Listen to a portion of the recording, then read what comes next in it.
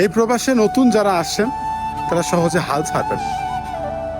মনে রাখবেন, প্রবাসে যেহেতু আপনি আসছেন, আজ না হোক কাল সফল হবেন একদিন। শুধু সময়ের অপেক্ষা, একটু কষ্ট করতে হবে।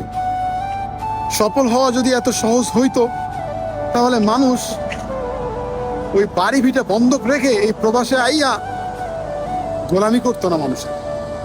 এই প্রবাসে অনেক ধনীর তুলাল পইরা আছে নিজের স্বপ্ন পূরণ করার জন্য, অথচ দেশে কিন্তু তাদের কোটি কোটি টাকা পড়ে আছে, তবুও নিজেকে সফল করার জন্য, নিজেকে প্রতিষ্ঠিত করার জন্য এই প্রবাসে পাড়ি জমায়।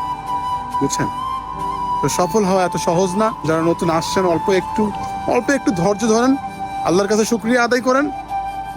মনে রাখবেন, পৃথিবী সবার দুয়ার থেকে ঘুরে আসলে আল্লাহর দুয়ার থেকে ঘুরবেন না আপনি, আল্লাহ আপনাকে ফেরাবে না। আপনি, আমি, আমরা মধ্যবিত্ত যারা, তারা কিন্তু সবসময় ঋণ করেই প্রবাসে আসি। আমরা অনেক কষ্ট করি, অনেক পরিশ্রম করি, এরপরেও কিন্তু আমরা সফলতা পাই না। আর একটা জিনিস মনে রাখবেন, আল্লাহ তাআলা যে জিনিসটা দেয়, অতি সহজে জিনিসটা দেয়, ওই জিনিসটা কিন্তু অতি তাড়াতাড়ি আবার নিয়ে যায়। আর যে জিনিসটা অনেক কষ্টের পর দেয়, ওই জিনিসটা সারা জীবন থেকে যায়। তো জীবনে প্রতিষ্ঠিত হতে গেলে কর্মজীবনে একটু সময় লাগবে, তাই হাল ছাড়বেন না ভাই। এই প্রবাসে আপনি যে পরিস্থিতিতে আছেন, আপনি যে পজিশনে আছেন, তার থেকে অন্যের দিকে তাকান, তারাও কিন্তু আপনার থেকে ভালো নেই। আসলে এভাবেই আমরা কেউ কারো জায়গা থেকে ভালো নেই। সবাই সবার জায়গা থেকে একটু না একটু সমস্যা আছেই, কোনো না কোনো প্রবলেম আছেই।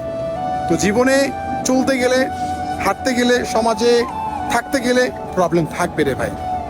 চলাফেরা, প্রতিষ্ঠিত হওয়া, স্বপ্ন পূরণ করা এত যদি সোজাই হইতো, তাহলে মানুষ এই সোনার শরীর নষ্ট কইরা মানুষের গোলামি করতো না রে ভাই। ঠিক আছে?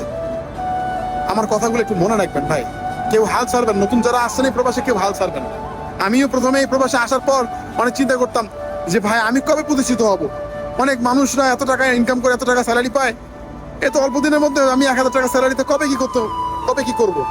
আল্লাহর রহমত যদি থাকে, যে 10 টাকা দিয়ে কিছু করতে পারবেন, আপনি 2 টাকা দিয়ে কিছু করতে পারবেন। সময় লাগবে ভাই, মনে ধৈর্য লাগবে, আল্লাহ তাআলার প্রতি বিশ্বাস রাখতে হবে, কখনো নিরাশ হবেন না। মনে রাখবেন, সবার রাস্তা যদি বন্ধ থাকে, তাহলে আল্লাহ তাআলার রাস্তা বন্ধ নাই। উনি আপনার জন্য যে কোনো রাস্তা একটা বের করেই দিবে। বুঝছেন? তাই যারা নতুন প্রবাসে আসবে